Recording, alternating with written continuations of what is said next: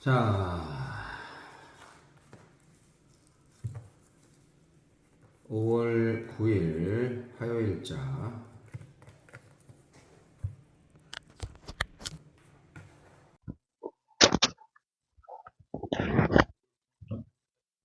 민수기 25장 1절로 18절 말씀. 이스라엘이 시딤에 머물러 있더니 그 백성이 모압 여자들과 음행하기를 시작하니라. 그 여자들이 자기 신들에게 제사할 때에 이스라엘 백성을 청하매 백성이 먹고 그들의 신들에게 절함으로 이스라엘이 바알브올에게 가담한지라. 여호와께서 이스라엘에게 진노하시니라. 여호와께서 모세에게 이르시되 백성의 수령들을 잡아 태양을 향하여 여호와 앞에 목매어 달라. 그리하면 여호와의 진노가 이스라엘에게서 떠나리라. 모세가 이스라엘 재판관들에게 이르되 너희는 각각 바알브올에게 가담한 사람들을 죽이라 하니라. 이스라엘 자손의 온 회중이 회막문에서 울 때에 이스라엘 자손 한 사람이 모세와 온 회중의 눈앞에 미디안의 한 여인을 데리고 그의 형제에게로 온지라. 제사장 아론의 손자 엘르아살의 아들 비느하스가 보고 회중 가운데에서 일어나 손에 창을 들고 그 이스라엘 남자를 따라 그의 막사에 들어가 이스라엘 남자와 그 여인의 배를 꿰뚫어서 두 사람을 죽이니 연병이 이스라엘 자손에게서 그쳤더라.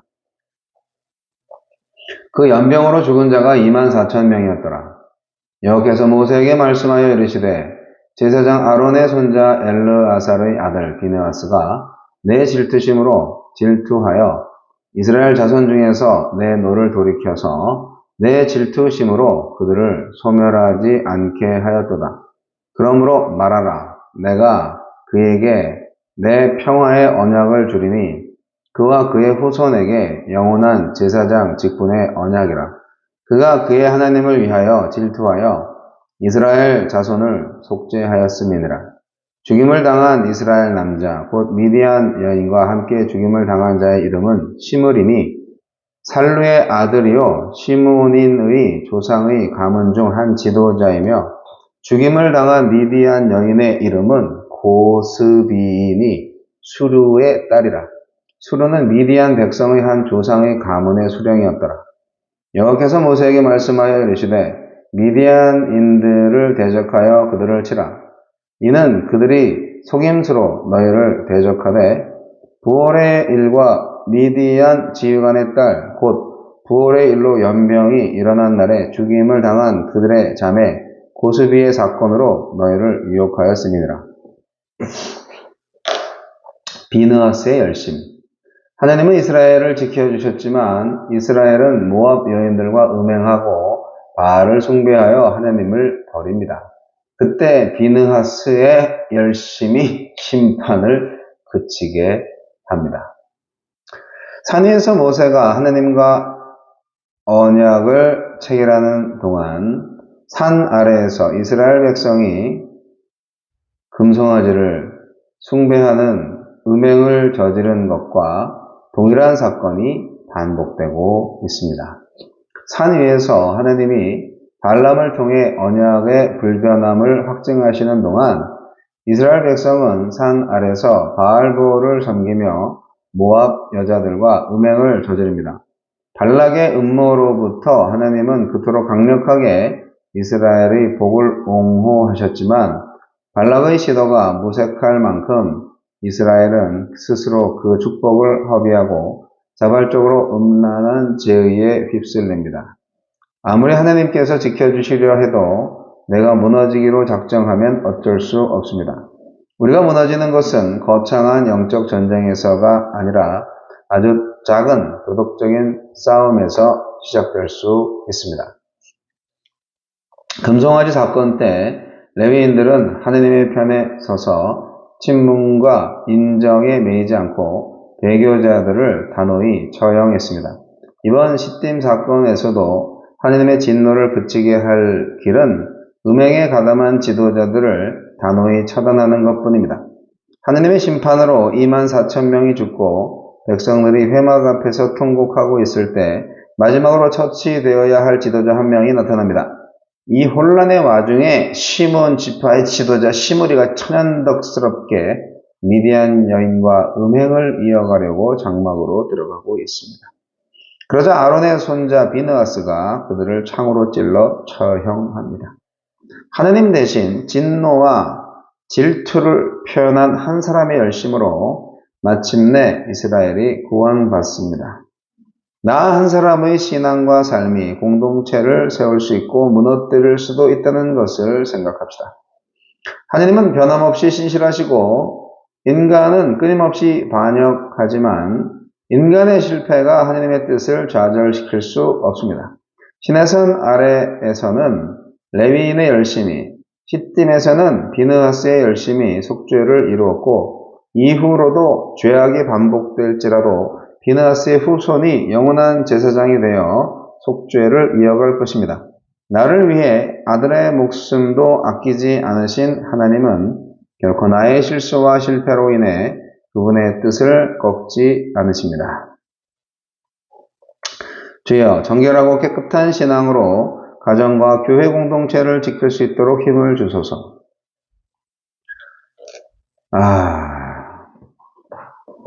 오늘의 말씀은 음행에 관한 말씀이잖아요.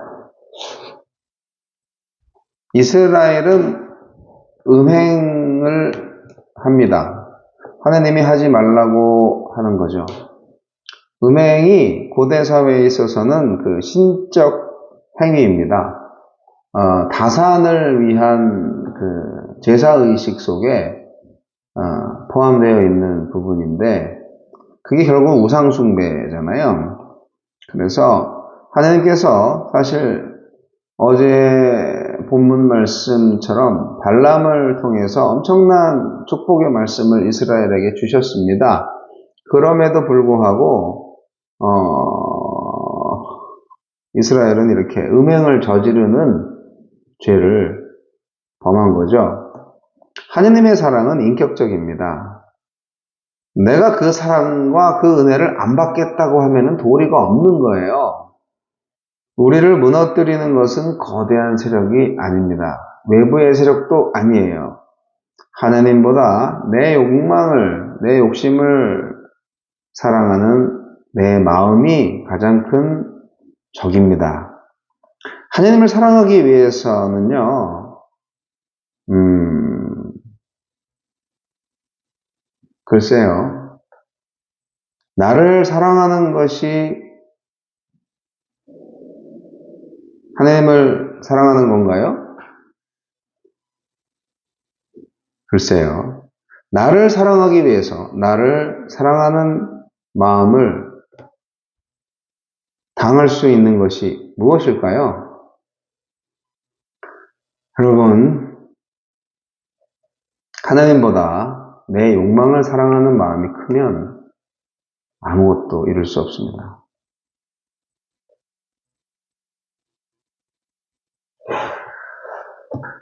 나를 정말 사랑한다면 하나님을 사랑하셔야 되는 거예요.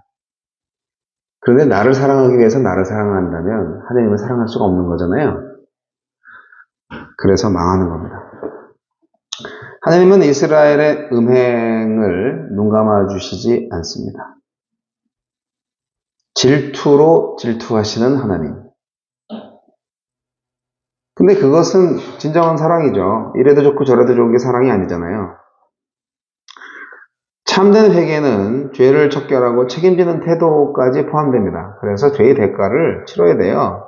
하나님의 심판의 동기는 질투하는 사랑입니다. 그 질투에 질투로 화답할 사람이 있었어요. 오늘의 주인공 비느하스. 비느하스는 그 시므온 지파의 지도자를 심판합니다. 그것이 이스라엘을 곤경에서 구해내는 영웅적인 행동이 됩니다. 음행하는 그 현장을 덮쳐서 남자와 여자를 창으로 그냥 두 사람을 꿰뚫어 버리는 엄청난 일을, 즉결 심판을 거행한 거죠. 그랬을 때 이스라엘에게 주시는 하나님의 심판이 멈춥니다. 이스라엘을 구원한 거죠. 비느하스와 시므리의 길이 우리 앞에 있습니다. 여러분은 비느하스입니까? 시므리입니까? 어느 한쪽도 아니라고요? 과연 그럴까요? 하나님은 이스라엘의 음행에 눈 감지 않으셨습니다. 모른 척하지 않으셨습니다. 아무 일 없었던 듯이 사랑하지 않으셨습니다.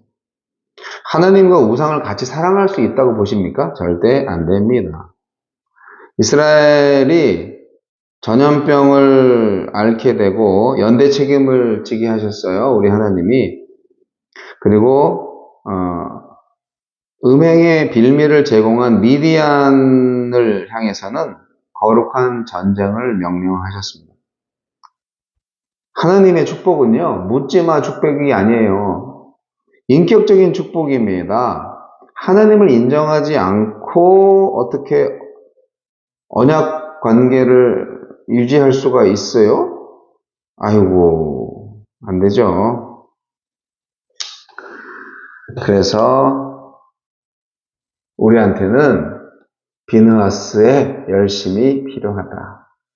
우리 가운데, 우리 공동체 안에 음행을 끊어야 한다. 철저하게.